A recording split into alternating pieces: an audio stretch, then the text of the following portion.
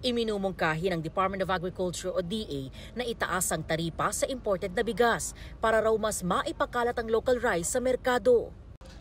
Ayon sa DA, kailangan nang maubos ang stock sa warehouses ng rice traders, rice millers at National Food Authority o NFA ngayong nalalapit na ang harvest season. Dapat lang din daw itaas ang taripa sa imported rice ngayong mas bumaba na ang presyo nito sa world market.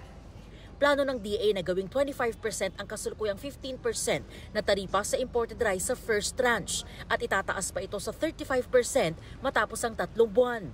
Panukala rin ng DA na pansamantalang itigil ang pag-import ng bigas para maprotektahan ng local farmers. Ayon sa mga mamimili at rice vendor, dapat naman talaga na bigas na inaani ng mga Pilipinong magsasaka ang unahing bilhin ng mga consumer.